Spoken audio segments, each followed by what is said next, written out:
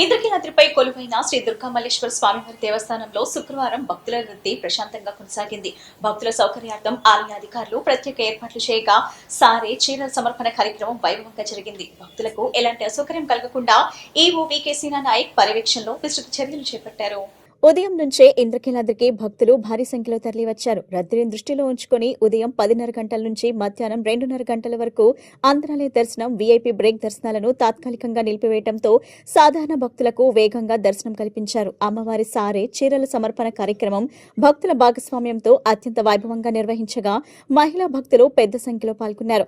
భక్తులకు తాగునీరు, ఉచిత ప్రసాదం, అన్నప్రసాదం నిరంతరంగా అందేలా చర్యలు తీసుకున్న అధికారులు క్యూ లైన్ల నిర్వహణ మరింత పటిష్టం చేశారు. ఈవో వికే సీనా నాయక్ కంట్రోల్ రూమ్ నుంచి వైర్లెస్ సీసీటీవీ వ్యవస్థల ద్వారా పరిస్థితులను ఎప్పటికప్పుడు పర్యవేక్షిస్తూ అధికారులకు అవసరమైన సూచనలు జారీ చేయడంతో దర్శనాలు ప్రశాంతంగా సజావుగా కొనసాగాయి.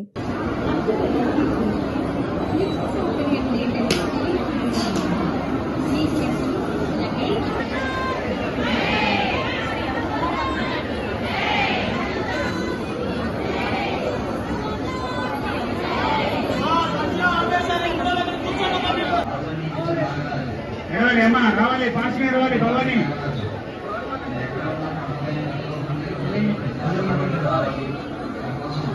ఎన్డీఏ కూటమి ప్రభుత్వం అధికారంలోకి వచ్చిన తర్వాత ప్రజల నుంచి సమస్యలను నేరుగా తెలుసుకుని వేగంగా పరిష్కరించేందుకు సీఎం చంద్రబాబు ఆదేశాల మేరకు ప్రతి శుక్రవారం నియోజకవర్గాల్లో ప్రజా దర్బార్ కార్యక్రమాన్ని నిర్వహిస్తున్నట్లు సెంట్రల్ ఎమ్మెల్యే బోండా ఉమామహేశ్వరరావు, టీడీపీ ఎన్టీఆర్ జిల్లా అధ్యక్షులు గద్దె అనురాధ తెలిపారు. ప్రజలతో ప్రత్యక్షంగా మమేకమవుతూ వారి సూచనలు, సమస్యలను తెలుసుకుని పరిష్కరించడం ద్వారానే మంచి పాలన సాధ్యమవుతుందని, ఇంటింటికి తెలుగుదేశం కార్యక్రమం అదే లక్ష్యంతో కొనసాగుతుందని తెలియజేశారు. సింగ్నగర్లోని సెంట్రల్ నియోజకవర్గం శాసనసభ్యుల కార్యాలయంలో ప్రతి శుక్రవారం నిర్వహించే ప్రజా దర్బార్ కార్యక్రమం జరిగింది. ఈ కార్యక్రమంలో ప్రభుత్వ విప్, సెంట్రల్ నియోజకవర్గం ఎమ్మెల్యే బోండా ఉమామహేశ్వరరావు, ఎన్టీఆర్ జిల్లా తెలుగుదేశం పార్టీ అధ్యక్షురాలు గద్దె అనురాధతో కలిసి ప్రజల నుండి విడతలు స్వీకరించి వారి సమస్యలను తెలుసుకున్నారు. ఈ సందర్భంగా వారు మాట్లాడుతూ ఎన్డీఏ కూటమి ప్రభుత్వం అధికారంలోకి వచ్చిన తర్వాత ప్రజల సమస్యలను నేరుగా తెలుసుకుని వేగంగా పరిష్కరించేందుకు సీఎం చంద్రబాబు ఆదేశాల మేరకు ప్రతి శుక్రవారం ప్రజా దర్బార్ కార్యక్రమాన్ని నిర్వహిస్తున్నామని తెలిపారు. అధికారం తమకు అలంకారం కాదని ప్రజలకు సేవ చేసే బాధ్యత అని పేర్కొన్నారు. ప్రజలు సమర్పించిన ప్రతి వినతిని సంబంధిత శాఖలకు పంపించి సమస్య పరిష్కారం జరిగే వరకు నిరంతరం పర్యవేక్షిస్తున్నామని చెప్పారు. వెంటనే పరిష్కారం సాధ్యం కాకపోయినా ఎప్పుడు పరిష్కారం అవుతుందో ప్రజలకు స్పష్టమైన సమాచారం అందించే విధానాన్ని అమలు చేస్తున్నామని వివరించారు. ప్రతి శుక్రవారం నిర్వహిస్తున్న ప్రజా దర్బార్ ద్వారా ప్రజల్లో విశ్వాసం పెరిగిందని, ఇచ్చిన ప్రతి అర్జీకి స్పందన లభిస్తుండటంతో ప్రజలు సంతృప్తి వ్యక్తం చేస్తున్నారని తెలిపారు. మనం పబ్లిక్ గ్రీవెన్స్ కార్యక్రమాన్ని ప్రతి నియోజకవర్గంలో కూడా ఏర్పాటు చేసి ప్రజలకి నిత్యం ఏదో ఒక సమస్య అనేది ఉంటుందనే దృష్టిలో ఏ సమస్య ఉన్నా కూడా ఇక్కడ సాల్వ్ చేసుకోవచ్చు అనే పరిస్థితిలో ఈ గ్రీవెన్స్ని ఏర్పాటు చేయడం జరిగింది ఈ ప్రభుత్వం. అంతేకాకుండా ఇంటింటికి తెలుగుదేశం కార్యక్రమం ద్వారా ఈ రోజున మనం ఏవైతే సంక్షేమ కార్యక్రమాలు అందిస్తున్నామో, అభివృద్ధి కార్యక్రమాలు ఏదైతే చేస్తున్నామో ఇవన్నీ కూడా ప్రజలకు తెలియజేయటం కోసం ప్రజల దగ్గరికి వెళ్ళటం జరిగింది. మరి అదేవిధంగా ఈ రోజున ఈ నియోజకవర్గంలో కూడా 21 డివిజన్లలో ఈ సెంట్రల్ కాన్స్టిట్యున్సీలో మరి బోండా ఉమామహేశ్వరరావు గారు మార్నింగ్, ఈవినింగ్ తప్పనిసరిగా ప్రతి ఇంటికి కూడా పాల్గొనటం, ఇంటింటికి తెలుగుదేశంలో పాల్గొనటం జరుగుతూ ఉంది. దాంతోపాటు ఈ రోజున ఈ గ్రీవెన్స్లో కూడా వారి సమక్షంలో ఇక్కడ ఏదైతే సమస్యలు ఉన్నాయో ఇవన్నీ కూడా మనం ఎక్కువగా ఇల్లు, స్థలం కావాలనే ఒక సమస్య మరి ప్రజలు మన ముందు ఉంచడం జరుగుతూ ఉంది. దీనికి కూడా తప్పనిసరిగా ఈ ప్రభుత్వం స్పందిస్తుంది. ఈ ప్రభుత్వం రాబోయే రోజుల్లో ఇంటి స్థలాన్ని ఏర్పాటు చేయడానికి కూడా మరి దానికి ఒక ప్రణాళికని రూపొందించడం జరుగుతూ ఉంది. ప్రజల సమస్యల పరిష్కారానికి అత్యున్నత వేదికగా ఈ ప్రజా దర్బార్ కార్యక్రమాన్ని గౌరవ ముఖ్యమంత్రి చంద్రబాబు నాయుడు గారి ఆదేశాల మేరకు ప్రారంభించడం జరిగింది. ఇది ఒక జవాబుదారితనంగా ఎవరైతే అర్జీలు ఇచ్చారో ఆ అర్జీల్ని జవాబుదారితనంగా ఆ సమస్యల పరిష్కారం, ఆ సమస్యల పరిష్కారం కాకపోతే ఎప్పుడు పరిష్కారం అవుతాయో చెప్పడం అనేది ఈ ప్రజా దర్బారు పెట్టినప్పటి నుంచి కూడా జరుగుతూ ఉన్నటువంటి సందర్భం. అన్ని రకాలుగా ప్రజలకి బాధ్యతగా ఉంటా ఉన్నాం. మాకు అధికారం అనేది ఒక అలంకారం కాదు, అధికారం అనేది ఒక బాధ్యత. ఆ బాధ్యతని సక్రమంగా నిర్వర్తిస్తాం. ప్రతి శుక్రవారం నాడు ఎమ్మెల్యే కార్యాలయంలో ప్రజా దర్బారు కార్యక్రమం నిరాకంఠంగా కొనసాగుతూ ఉంది. ఇచ్చిన ప్రతి అర్జీకి కూడా సమాధానం చెప్పడం వల్ల ప్రజలు సంతృప్తిని వ్యక్తం చేస్తూ ఉన్నారు. ఇవాళ తల్లికి వందనం రాలేదని కొంతమంది వచ్చారు. ఆ తల్లికి వందనం రాలేదని వచ్చిన వాళ్ళందరికీ కూడా గ్రీవెన్స్ తీసుకొని వాళ్ళకు ఒక నెంబరు క్రియేట్ చేసాం, గవర్నమెంట్కి పంపిస్తున్నాం. గత ప్రభుత్వ హయాంలో మ్యాపింగ్ సిస్టమ్ అని పెట్టారు. వాళ్ళకి ఇల్లు ఉందని, కరెంటు బిల్లు వచ్చినా, ఇన్కమ్ ట్యాక్స్ వచ్చినా, 4-వీలర్ కారు ఉన్నా, ఏదన్నా వెహికల్ ఉన్నా, ఇట్లాగా వాళ్ళు ఇన్ఎలిజిబుల్ లిస్టులో గత ప్రభుత్వ హయాంలో పెట్టింది ఇంకా కొనసాగుతూ ఉంది. దాన్ని మ్యాపింగ్ సిస్టమ్ ద్వారా ఆన్లైన్లో వెళ్ళిపోవటం వల్ల కొంతమందికి గత సంవత్సరం తల్లికి వందనం వచ్చిన వాళ్ళు కూడా ఈ సంవత్సరం కొంతమందికి రాలా. అలాగే ఈ సంవత్సరం కొంతమంది డబ్బులు కూడా కొంతమంది తక్కువ బండి అని వస్తున్నారు. వాళ్ళందరి గ్రీవెన్స్ కూడా తీసుకున్నాం, ప్రభుత్వానికి పంపిస్తాం. ఖచ్చితంగా ఈ శాసనసభ్యుని కార్యాలయం ప్రజల సమస్యల పరిష్కారానికి నిరంతరం పనిచేస్తూ ఉంది. విజయవాడ రూరల్ మండలంలోని 9 గ్రామాలను విజయవాడ మున్సిపల్ కార్పొరేషన్ లో విలీనం చేయడమే తన లక్ష్యమని గన్నవరం ఎమ్మెల్యే ఏపీ ప్రభుత్వ విప్ ఎర్రగడ్డ వెంకట్రావు అన్నారు. త్రాగునీరు, డ్రైనేజ్, చెత్త నిర్వహణ, రహదారులు, విద్యుత్ వంటి సమస్యలకు శాశ్వత పరిష్కారం వీఎంసీలో విలీనం ద్వారానే సాధ్యమవుతుందని ఆయన స్పష్టం చేశారు. రాంవరపాడులోని శ్రీ వెంకమ్మ పేరంటల అమ్మవారి దేవస్థానంలో ఆషాఢమాస ఉత్సవాల సందర్భంగా శైకంబ్రీదేవిగా అలంకరించిన అమ్మవారిని ఏర్లగడ్డ దర్శించుకుని ప్రత్యేక పూజలు నిర్వహించారు. రాజుల బజార్లోని అమ్మవారి పుట్టిల నుండి మంగళ వాయిద్యాల నడుమ ఆషాఢమాస సారెను సమర్పించారు. అనంతరం అన్నదాన కార్యక్రమం ప్రారంభించి స్వయంగా భక్తులకు అన్న ప్రసాదాన్ని వడ్డించారు. అనంతరం ఆయన మీడియాతో మాట్లాడుతూ ఈ ఆలయాన్ని మరింత అభివృద్ధి చెందాల్సిన అవసరం ఎంతైనా ఉందన్నారు. తాను ఆలయ అభివృద్ధిపై ఏమి ఆశించి కమిటీని నియమించానో అందులో 90% నెరవేర్చారని చెప్పారు. ఈ ఆలయం దినదినాభివృద్ధి చెంది అమ్మవారి ఆశీస్సులు నియోజకవర్గ ప్రజలపై మెండుగా ఉండాలని ఆకాంక్షించారు. విజయవాడ రూరల్ మండలంలోని రాంవరపాడు, ప్రసాదంపాడు, ఎనికేపాడు, నిడమానూరు, గోడవల్లి, అంబాపురం, నయనవరం, పాతపాడు, నున్న గ్రామాల ప్రజలు దశాబ్దాలుగా మౌలిక సదుపాయాల కొరతతో ఇబ్బందులు పడుతున్నారని ఎమ్మెల్యే ఆవేదన వ్యక్తం చేశారు. 40 నుంచి 50 ఏళ్లుగా ఈ ప్రాంత ప్రజలు ద్వితీయ శ్రేణి పౌరుల్లా జీవిస్తున్నారన్నారు. తాగునీరు, డ్రైనేజ్, చెత్త నిర్వహణ, రహదారులు, విద్యుత్ వంటి సమస్యలకు శాశ్వత పరిష్కారం వీఎంసీలో విలీనం ద్వారానే సాధ్యమవుతుందని స్పష్టం చేశారు. రాంవరపాడులో విద్యుత్ హెచ్చుతగ్గుల సమస్యలను పరిష్కరించేందుకు ప్రభుత్వం 2 33 kV సబ్స్టేషన్లను మంజూరు చేసిందని తెలిపారు. గన్నవరంలో చెత్త సమస్య పరిష్కారానికి ప్రత్యేక చర్యలు చేపట్టామని, డంపింగ్ యార్డ్ సమస్యను అధిగమించేందుకు చెత్తను జిందాల్ ప్లాంట్ కు తరలిస్తున్నామని చెప్పారు. ఈ కార్యక్రమంలో గొడ్డల చినరామారావు, ఆలయ కమిటీ చైర్మన్ పట్టపు చంటి, ఆలయ ఈవో ప్రియాంక, గ్రామ పార్టీ అధ్యక్షులు నాబిగాని కొండయ్య, క్లస్టర్ ఇన్ఛార్జ్ కొల్లా ఆనంద్, మాజీ సర్పంచ్ అద్దేపల్లి సాంబశివ నాగరాజు, కూనపరెడ్డి నాని, మల్లికార్జునరావు, కూటమి నాయకులు, ఆలయ కమిటీ సభ్యులు, భక్తులు పెద్ద సంఖ్యలో పాల్గొన్నారు. అలాగే ఈ టెంపుల్లో అభివృద్ధి చేయాల్సిన అవసరం ఎంతైనా ఉందని చెప్పా. నేను గతంలో ఓత్ తీసుకుంటాకు వచ్చినప్పుడు ఈ మూల మీద చెప్పులు పెట్టిన పరిస్థితి చాలా బాధ కలిగించింది. గుడి లోపల చెప్పులు ఉంటాయని చంటి గారికి మన ట్రస్ట్ చైర్మన్కి చెప్తే వెంటనే దాన్ని పరిష్కరించాడు. డెఫినెట్గా ఈ ఆలయ కమిటీ ఏదైతే భక్తిభావంతో నేను ఆశించి వాళ్ళకి పదవులు ఇచ్చానో దానికి దాదాపుగా 90% బాగా పనిచేస్తారని నేను బలంగా నమ్ముతున్నాను. దానికి 2 ఎగ్జాంపుల్స్. పల్లకీ సేవ లేకపోతే అంతకుముందు అమ్మవారికి ఇప్పుడు పెట్టిన పరిస్థితి. అలాగే గడిచిన ఫిబ్రవరి నుంచి గత 6 మాసాలుగా వచ్చిన వాళ్ళందరికీ భోజన సౌకర్యం ఏర్పాటు చేశారు.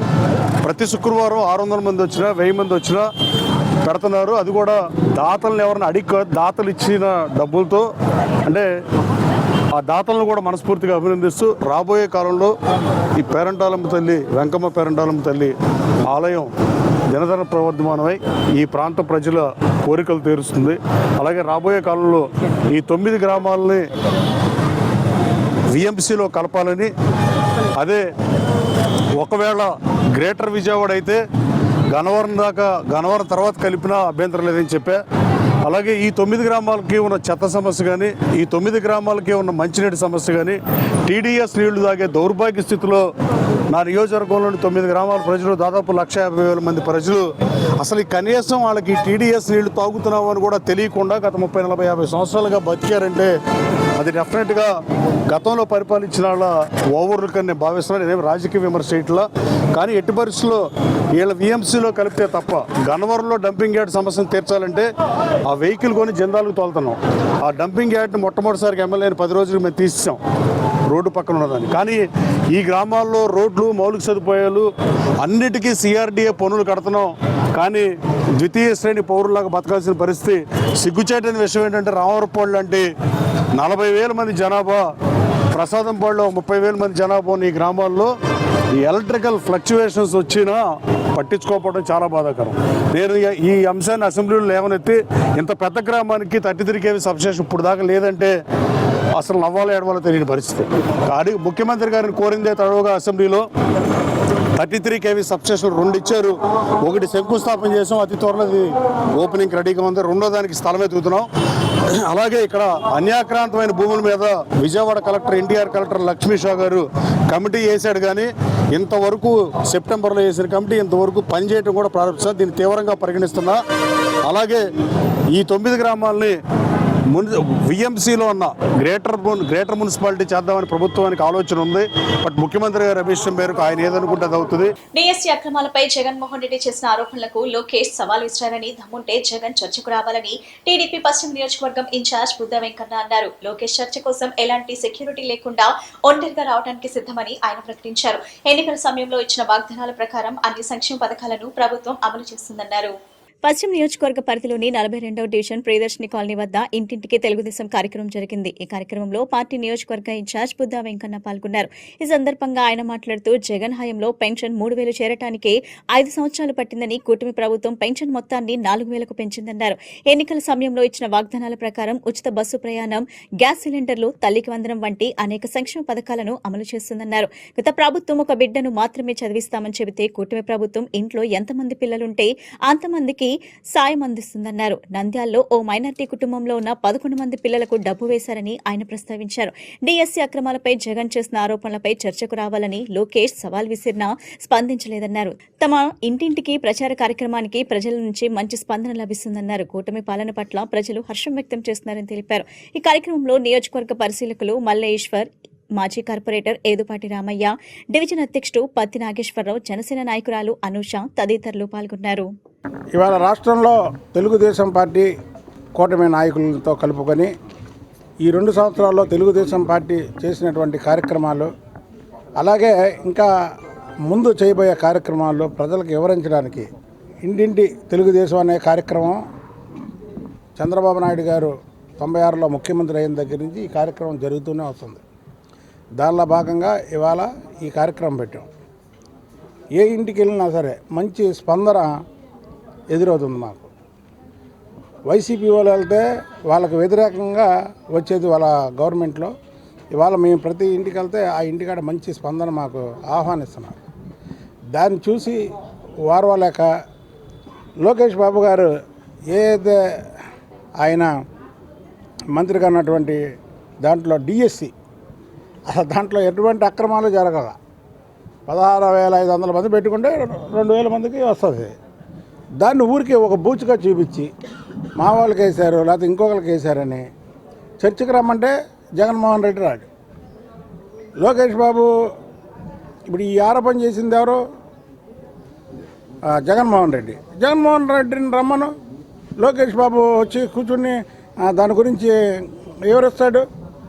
ఏదో బురద జల్లుదామనే ఒక కార్యక్రమం, మా కార్యక్రమాన్ని తప్పుదారి పట్టిద్దామని చేస్తున్నటువంటి కార్యక్రమం. జగన్మోహన్ రెడ్డిని రమ్మంటే పేరున్నా నేను వస్తానంటాడేంటి? బియ్యం మీద మాట్లాడదామా? రా, నేను వస్తా పోని. అంతేకాని నీ స్థాయి ఏంటి, లోకేష్ బాబు స్థాయి ఏంటి?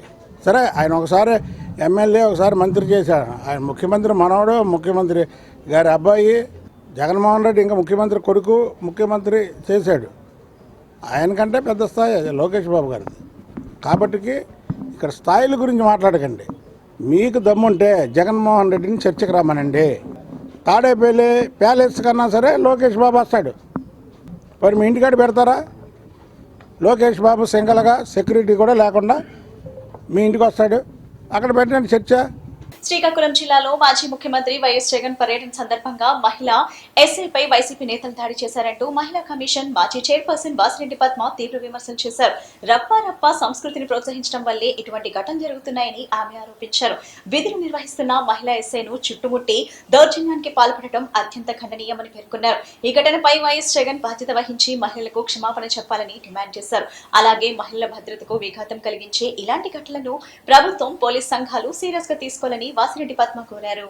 రప్పా సంస్కృతి ఫలితమే జగన్ సమక్షంలో శ్రీకాకుళంలో మహిళా ఎస్ఐపై జరిగినటువంటి దాడి. నిజంగా ఈ దాడి జరిగినటువంటి తీరు చూస్తే సమాజం దిగ్భ్రాంతికి గురైంది. మొత్తం వైసీపీ నాయకులు ఒక మహిళా ఎస్ఐ స్థాయి అధికారిని రౌండప్ చేసి భుజాలు తాకుతూ, చేతులతో నెడుతూ, కాళ్లతో నెడుతూ ఆమెను హింసించినటువంటి తీరు చూస్తే ఒక పైశాచికత్వం కనపడలేదా ఈ వీడియో చూసినటువంటి ప్రజలందరికీ కూడా? అంటే తమకు అడ్డు వస్తే ఎవరినైనా సరే ఏదైనా చేస్తామనేటటువంటి ఆ ధోరణి ఇవాళ ఒక రప్పా సంస్కృతి అనేటటువంటిది ఎట్లా ఉంటుందనే దానికి ఇది ఒక ప్రత్యక్ష ఉదాహరణ.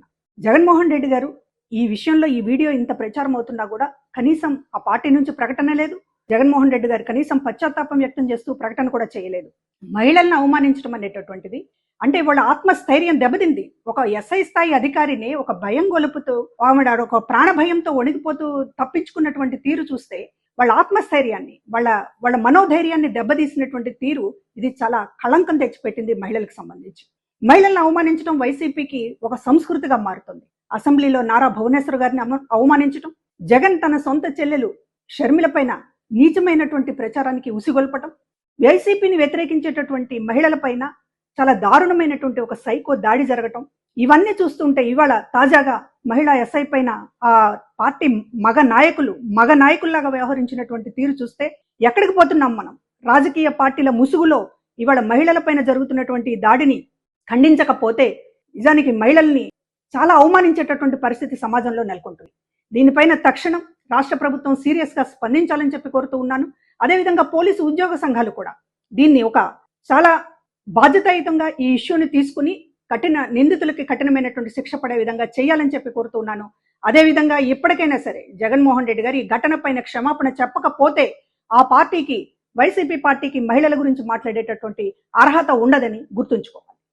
జనసేన ఎమ్మెల్యే పంతం నానాజీ వైసీపీపై తీవ్ర విమర్శలు చేశారు. బీసీ మహిళా ఎస్ఐపై జరిగిన దాడిని ఖండించిన ఆయన నిందితులపై కఠిన చర్యలు తీసుకోవాలని డిమాండ్ చేశారు. కూటమి ప్రభుత్వం చేపడుతున్న అభివృద్ధిని చూసి ఓర్వలేకే వైసీపీ విమర్శలు చేస్తుందని ఆరోపించారు. ప్రజలు ఇప్పటికే వైసీపీని తిరస్కరించారని, ఆ పార్టీ వైఖరిలో మార్పు రావాల్సిన అవసరం ఉందని పంతం నానాజీ వ్యాఖ్యానించారు. ఏ అంశం మీద ఒక డిస్కషన్ వస్తే రాష్ట్రంలో ఒక అల్లరి సృష్టించడం, దాన్ని డైవర్ట్ చేయడం అనేది ప్రధానమైన చేస్తాను.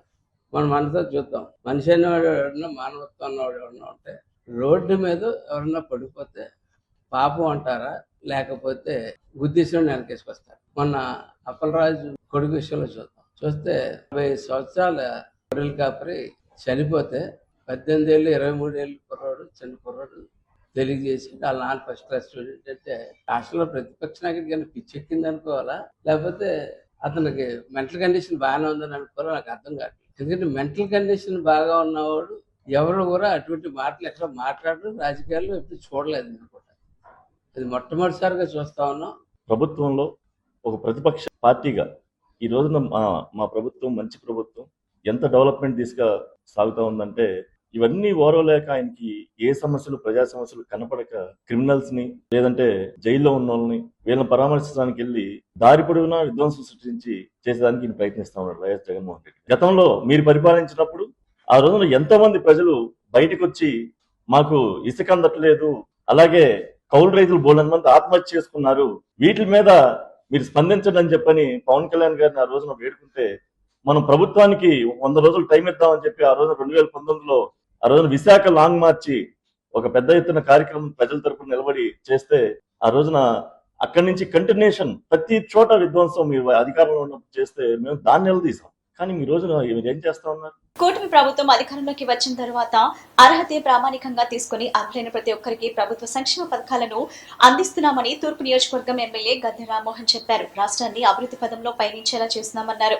వైఎస్ఆర్సీపీ 5 సంవత్సరాల పాలనలో రాష్ట్రంలో చేసిన ఆర్థిక విధ్వంసం నుంచి రాష్ట్రాన్ని బయటకు తీసుకురావడానికి ముఖ్యమంత్రి నారా చంద్రబాబు నాయుడు చాలా తీవ్రంగా కష్టపడుతున్నారని చెప్పారు. తూర్పు నియోజకవర్గ పరిధిలోని 9వ డివిజన్ పటమట్లంక పెద్దరామాలయం దగ్గర డోర్ టు డోర్ టీడీపీ కార్యక్రమం జరిగింది. తూర్పు నియోజకవర్గం ఎమ్మెల్యే గద్దె రామ్మోహన్ పాల్గొన్నారు. స్థానికంగా ఉన్న ఇంటింటికి వెళ్లి కూటమి ప్రభుత్వం అధికారంలోకి వచ్చిన తరువాత అమలు చేసిన సంక్షేమ పథకాల గురించి విపులంగా తెలియజేశారు.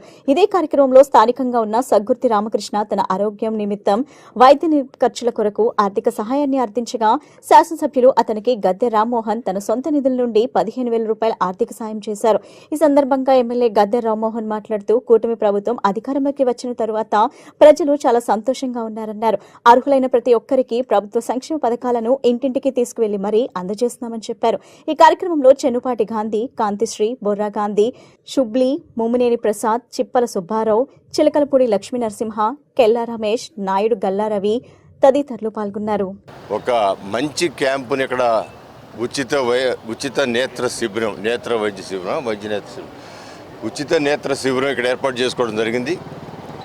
వీరప్పనేని రవీంద్రబాబు అమెరికాలో స్థిరపడి ఆయన తండ్రి గారైన రామారావు గారు యొక్క సూచనతో మా కోనేరు రాజేష్, మా తెలుగుదేశం పార్టీ సీనియర్ నాయకుడు కోనేరు రాజేష్ ఆధ్వర్యంలో ఇక్కడ క్యాంపుని ఏర్పాటు చేసుకున్నాం. ఈ క్యాంపు అనేకమైన ప్రత్యేకతలు ఉన్నాయి. ఇక్కడే 2 బ్రహ్మాండమైన బస్సులు తీసుకొచ్చి అదే ఆపరేషన్ థియేటర్గా తయారు చేసి దానికి తోడు ఇక్కడ స్క్రీనింగ్ కూడా అనేకమైన మిషనరీతో లేటెస్ట్ టెక్నాలజీతో స్క్రీనింగ్ చేయటం, తనకున్న సమస్యలన్నిటికీ కూడా పరిష్కారం కనుగొనే విధంగా క్యాట్రాక్ట్ మాత్రం ఇక్కడ ఆపరేషన్ జరుగుద్ది. ఇంకా ఏదైనా రెటీనా సమస్యలు ఉంటే వాళ్ళకు ఉచితంగా మద్రాసులో ఆ యొక్క సమస్య పరిష్కారం చేసేదానికి కేవలం ఛార్జీలు మాత్రం వాళ్ళు పెట్టుకుని వెళ్ళగలిగితే 3-4 లక్షల రూపాయలు విలువ చేసే ఆపరేషన్ని వాళ్ళు ఉచితంగా చేస్తారు. ఈ క్యాటరాక్ట్ మొత్తం కూడా ఉచితంగా జరుగుద్ది. దానికి అందరూ కూడా సద్వినియోగపరచుకోవాలని నేను కోరుకుంటాను. ఎందుకంటే గతంలో కూడా చేసాం. ఇక్కడ మనం స్క్రీనింగ్ చేసి ఆ దాంట్లో క్యాటరాక్ట్ ఉన్న వాళ్ళని విడతల వారీగా మళ్ళీ మన్నయ్య వ్యాన్లే పెట్టుకొని అక్కడ పంపించేవాళ్ళు, హాస్పిటల్ పంపించేవాళ్ళు, వాళ్ళు చేసేవాళ్ళు. అది కూడా ఉచితమే, వాళ్ళకి ఏం పైసా ఖర్చు లేదు.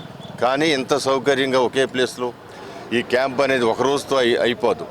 ఈ రోజు నుంచి 6వ తారీఖు వరకు జరుగుద్ది. 6 నుంచి ఆపరేషన్లు జరుగుతాయి. వాళ్ళందరూ కూడా ఆపరేషన్లు 8వ తారీఖుతో పూర్తి, 9వ తారీఖు మొత్తం పూర్తి అయిపోద్ది ఇక్కడ. అందువల్ల ఇవాళ రాలేని వాళ్ళు ఇంకో రోజు అప్ టు 6th వరకు కూడా స్క్రీనింగ్ జరుగుతాయి. దాంట్లో క్యాటరాక్ట్ ఉన్న వాళ్ళందరూ కూడా ఆపరేషన్లు కూడా 9 లోపు జరుగుతాయి. శంకర్ నేత్రాలయ వారి ఆధ్వర్యంలో మొబైల్ ఐ సర్జికల్ యూనిట్ అనే విభాగం మన పుట్టపర్తిలో ఉందండి. సో వాళ్ళు ప్లస్ శంకర్ నేత్రాలయ USA సౌభాగ్యంతో వీరప్పనేని రవీంద్ర గారు సపోర్ట్తో ఇవాళ ఇక్కడ పడమట్లో ఐ క్యాంప్ అరేంజ్ చేశారండి. సో దీంట్లో మెయిన్ ఏంటంటే మనకి క్యాట్రాక్ట్ సర్జరీస్ అంటే మన శుక్లాలు ఫ్రీగా ట్రీట్మెంట్ చేస్తారు, ఫ్రీగా సర్జరీస్ చేస్తారు. ఈ ప్రోగ్రాము ఇవాళ మొదలయ్యి 6వ తారీఖు వరకు స్క్రీనింగ్స్ జరుగుతాయి. ఈ స్క్రీనింగ్స్ చేయించుకున్న వాళ్ళందరికీ సర్జరీస్ చేస్తారు. తర్వాత పోస్ట్ చెకప్స్ చేసిన తర్వాత 1 నెల తర్వాత వీళ్ళందరికీ ఆ సైట్ ప్రకారం వాళ్ళకి కళ్ళజోళ్ళు ఇవ్వడం కూడా జరుగుతుంది. సో ఈ అవకాశాన్ని అందరూ సద్వినియోగం చేసుకోవాల్సిందిగా కోరుకుంటూ, మీకు దీంట్లో ఏమైనా డౌట్స్ ఉంటే నా మొబైల్ నెంబర్ 8297181111 దీన్ని కాల్ చేస్తే ఎటువంటి డీటెయిల్స్ ఉన్నా మీకు ఇన్ఫర్మేషన్ అంతా మేము క్లియర్ చేస్తామండి. Thank you. అందరి అవకాశాన్ని సద్వినియోగం చేసుకోండి. మెగా డిఎస్సీ నియామకాల్లో స్పోర్ట్స్ కోటా పేరిట అక్రమాలు జరిగాయని మాజీ మంత్రి పేర్ని నాని ఆరోపించారు. ఈ ఘటనపై సిబిఐ విచారణ జరిపించాలని ఆయన డిమాండ్ చేశారు. మెగా డిఎస్సీ నియామకాల్లో స్పోర్ట్స్ కోటా పేరుతో అనర్హులకు ఉద్యోగాలు కట్టబెట్టారని మాజీ మంత్రి పేర్ని నాని ఆరోపించారు. నియామకాల్లో జరిగిన అక్రమాలపై తక్షణమే సీబీఐతో సమగ్ర విచారణ జరిపించాలని, నైతిక బాధ్యత వహిస్తూ విద్యాశాఖ మంత్రి నారా లోకేష్ రాజీనామా చేయాలని డిమాండ్ చేశారు. డిఎస్సీ నోటిఫికేషన్ కు ముందు పాత జీవోలను రద్దు చేసి కొత్త జీవోల ద్వారా నియామక ప్రక్రియను మార్చారని, టెట్ డిఎస్సీ అర్హతలు లేకుండానే కొందరికి ఉద్యోగాలు కల్పించారని ఆరోపించారు. నిజమైన జాతీయ, అంతర్జాతీయ క్రీడాకారులకు అన్యాయం జరిగిందని, అర్హత లేని వారికి పార్టిసిపేషన్ సర్టిఫికెట్ల ఆధారంగా ఉద్యోగాలు ఇచ్చారని విమర్శించారు. స్పోర్ట్స్ కోటా కింద జరిగిన అన్ని నియామకాలపై సీబీఐతో విచారణ జరిపించి అక్రమంగా జరిగిన నియామకాలను రద్దు చేసి అర్హులైన అభ్యర్థులకు న్యాయం చేయాలని పేర్ని నాని ప్రభుత్వాన్ని కోరారు. ఈ రోజున కృష్ణా జిల్లా 7 నియోజకవర్గాలకు సంబంధించినటువంటి పార్టీ ఇన్ఛార్జీలు, వైఎస్ఆర్ కాంగ్రెస్ పార్టీ ఎమ్మెల్యేగా ఇన్ఛార్జీలుగా ఉన్నటువంటి వారు కానీ, అలాగే అన్ని విభాగాలు, రైతు విభాగం, మహిళా విభాగం, విద్యార్థి విభాగం, యువజన విభాగం, అలాగే ముస్లిం మైనారిటీ విభాగం, బీసీ విభాగం, ఇట్లా ఎస్సీ విభాగం, ఇలా వివిధ ఎస్టీ విభాగం, అన్ని విభాగాలకు సంబంధించినటువంటి జిల్లా అధ్యక్షులు, అలాగే రాష్ట్ర పార్టీలో ఉన్నటువంటి నాయకులు కానీ, అట్లా జిల్లా స్థాయిలో ఉన్నటువంటి నాయకులు కానీ అందరం కలిసి ఈ రోజున కృష్ణా జిల్లా కలెక్టర్ గారికి అర్జీలు ఇవ్వటం జరిగింది. ఒకటి డిఎస్సిలో జరిగినటువంటి డిఎస్సి 2025లో జరిగినటువంటి అక్రమాల మీద ఏమేం తప్పులు జరిగినాయి, దాని మీద సిబిఐ విచారణ చేయించాలి ప్రభుత్వం. దోషుల్ని లేదా దొడ్డి మార్గంలో డబ్బులతో లేదా రాజకీయ ఉద్యోగాలు పొందినటువంటి ఎవరెవరైతే ఉన్నారో 16,000 మంది మేము దొంగలని చెప్పట్లేదు. టీచర్ ఉద్యోగాలు పొందిన వాళ్ళందరూ నిజమైన నిజాయితీతో చదువుకున్నటువంటి టీచర్లతో పాటు దొంగలు కూడా దూరారు, దొంగ టీచర్లు కూడా వచ్చారు. ఈ 16,000 మందిలో, ఈ 16,000 మంది గుంపులో లోకేష్ చేత తొయ్యబడి, లోకేష్ చేత టోకెన్లు తీసుకోబడి ఈ 16,000 మందిలో దొంగ టీచర్లు కూడా వచ్చారు. దొంగతనంగా వచ్చిన వాళ్ళు, సర్టిఫికెట్లు లేకుండా వచ్చిన వాళ్ళు, చదువు లేకుండా వచ్చిన వాళ్ళు, అర్హతలు లేకుండా వచ్చిన వాళ్ళు మరి సమానంగా ఎట్లా అవుతారు? బాగా చదువుకుని కష్టపడి పేదరికాన్ని అధిగమించి ప్రతికూల పరిస్థితులను అధిగమించి డిగ్రీలు చదివి, బీఈడీలు చదివి, లేదా టీచర్ ట్రైనింగ్ కోర్సులు చదివి, మెరిట్లో చదివి కష్టపడి ఎన్నో సంవత్సరాల తరబడి తరఫీదు పొంది నిరంతరం అన్నం తిన్నారో లేదో కానీ ఇదే పని మీద చదివి బాగా రాసి నిజాయితీగా టీచర్ ఉద్యోగాలు పొందిన వాళ్ళ గురించి వైఎస్ఆర్ కాంగ్రెస్ పార్టీకి ఎటువంటి చింత లేదు, ఎటువంటి బాధ లేదు. కానీ ఈ కష్టపడి చదివి ఉద్యోగాల్లోకి వచ్చినటువంటి అర్హత గల టీచర్లతో పాటుగా అర్హత లేని దొంగ టీచర్లు లోకేష్ నాయకత్వంలో లోకేష్ చేత రికమెండ్ చేయబడి వచ్చారనేదే డబ్బుతోనో లేదా పార్టీ ముద్ర మీదో పార్టీ పచ్చబెళ్ళన్నోళ్ళు లోపలికి వచ్చారనేది వైఎస్ఆర్ కాంగ్రెస్ పార్టీ యొక్క ఆధారాలతో కూడినటువంటి అనేక సందేహాలని ప్రజల తరపున ప్రభుత్వాన్ని ప్రశ్నించడం జరిగింది. ఇప్పుడు ప్రకటనలు